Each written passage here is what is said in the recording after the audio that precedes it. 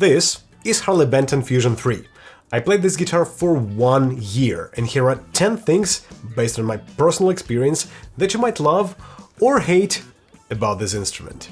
This guitar came with expectations, and I thought it would be one-to-one equivalent of Harley Benton Fusion-II, which I played a lot on this channel, and I thought that the sound is gonna be the same, with an exception of the neck pickup.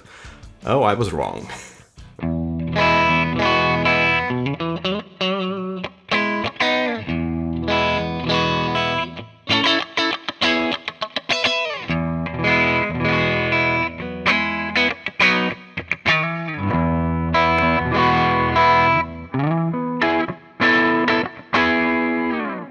I was caught off guard a little bit by that, and well, in the beginning I didn't really like the sound, because it wasn't what I expected, but with time, while playing this guitar more and more, I kinda found the way to deal with it, and got used to that, I guess.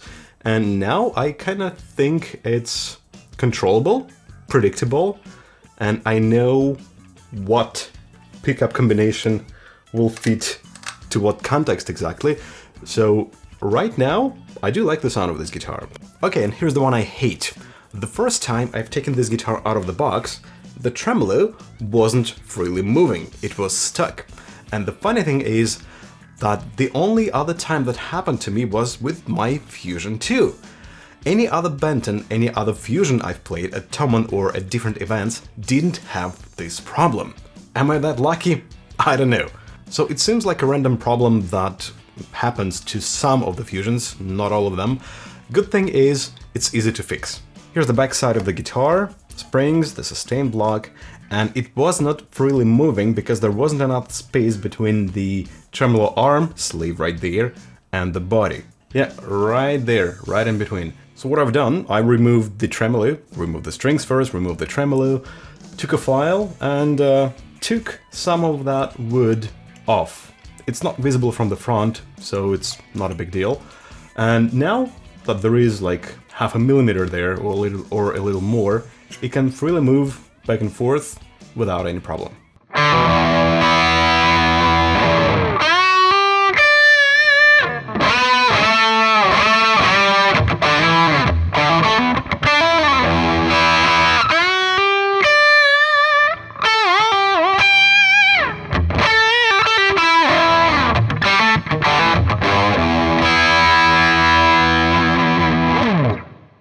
Another thing I don't like about this guitar is a relatively weak pickup switch that stops properly working after some time. To me, it happened approximately after a year of playing this guitar with different intensity. The good thing is, it is really easy to fix, and in a few minutes I'll give you some instructions on how to do that, so you might want to stick around until the end of this video. If you switch from one pickup to another slowly, it works just fine.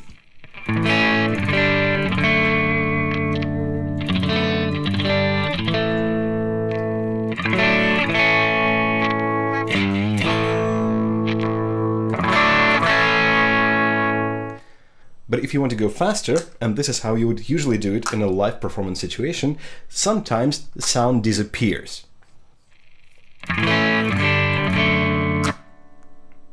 Just like that. And it requires an extra touch to get that sound back.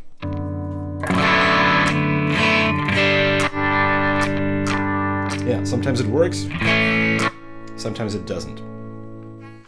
I like the fact that this guitar stays in tune, it really stays in tune. The very first time I used it for a live performance was Legally Blonde musical theater production last year, and it's 22 songs over 2.5 hours with a break in between. Never had to retune between the songs, not even once. Maybe a little bit just to check if everything's fine between the first and the second act, but other than that, nothing. It's really stable. And I didn't swap any parts. This is the original nut, original string trees, could be exchanged for Graphtec, but I didn't feel that was necessary. And speaking of the tuners, these are lock-in tuners. I like them much more than tuners on some other Harley Benton models. And the thing is, they are produced at the same factory where they manufacture some high-end stuff. So basically it's the same, but just not branded. And you can see the same exact tuners on very expensive guitars, which are like up to 5,000 euros. And the fact that we can have this on Harley Benton is absolutely amazing. Another thing I like about this guitar, specifically about its sound, and again I'm comparing it to the Fusion-II, and the thing is, this one is more versatile, especially in a live performance situation. It allows going from clean or less overdriven and more transparent sound to a dirtier and heavier one with one flip of a switch. It is this simple. I don't need to deal with any micro switch or anything else. And at the same time, and this is something we could expect, the sound of the single coil in the neck position is much more adequate than that of a split humbucker on the Fusion-II.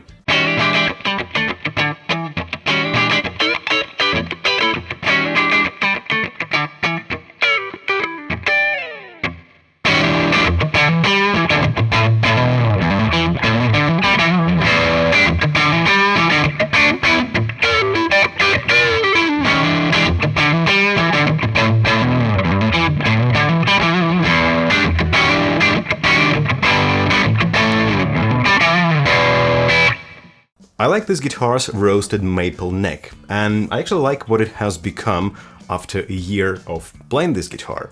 A year ago, the whole neck had this satin finish. It still has it on the front of the headstock and on the back of the headstock, but as I play this guitar more and more, it wears out on the back of the neck and now has this more glossy look to it. It also feels much more personal and much more mine. But it's still smooth and fast. This one is again finish related, and I really like how Harley Benton has improved their matte and satin finishes over the years. I've played many Harley Bentons from different eras, and I must say that this guitar's matte finish looks and feels much smoother, much better done, and much cleaner in terms of little cosmetic issues here and there than what many of those guitars had. And again, because this is a matte finish, it slowly wears out and gets more glossy, especially in this area right here. I know it's really hard to see with this color and under this light, but this part definitely has more gloss right now than the rest of the guitar. That's really hard to see. If you have a habit of resting your fingers on the body of the guitar, for instance, if your primary right-hand technique is the forearm rotation or the elbow motion, you'll find that this kind of finish, especially slightly worn out, has much less resistance than a glossy one. I'm not a big fan of a stiff volume pot. I know it feels better, maybe more solid and more expensive, but it actually gives me less control in a live performance situation, because I would usually want to go like, quickly, going all the way up or down with just one quick motion. And I cannot do it here. There isn't much grip, and it's so stiff that it actually takes me some extra movement to get the thing done. So that's why I personally don't like how stiff this knob is. I like the weight and balance of this guitar. In the sitting position, it just stays where it is supposed to. You can take your hands completely off the guitar and it won't suddenly go anywhere. It doesn't have any neck dive or anything. In the standing position, it is also secure, stable, and stays exactly where you want it, even though this strap is pretty slippery. As for the weight, it's not very light, but it also isn't too heavy. It's somewhere in the middle, and even with my severe back problems, I feel like I could do a 3-hour gig with this guitar and still feel alive after that. And last but not least, I really like this guitar's overall ergonomics, playability, and setup. Well, it's a super Strat after all, so naturally it is very comfortable, has a very comfortable shape. The neck profile is a very round modern C, also nothing out of proportion, doesn't get in the way. And speaking of the setup, it now has a little over 1 mil above the first string on the 12th fret, and maybe 1.5 above the 6th string. It could go lower, but this is how I prefer it, and this feels just right to me. Before making this video, I played this guitar for a year. So all the 10 things I told you about right now are based on my experience with this instrument. Of course, your experience could be completely different, and I'd love to hear about things you love or hate about this guitar. I promised you a step-by-step guide on how to fix a broken pickup switch.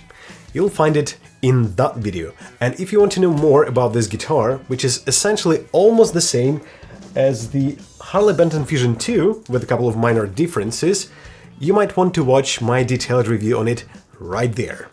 And I guess that's it for now. I'll see you in one of those videos.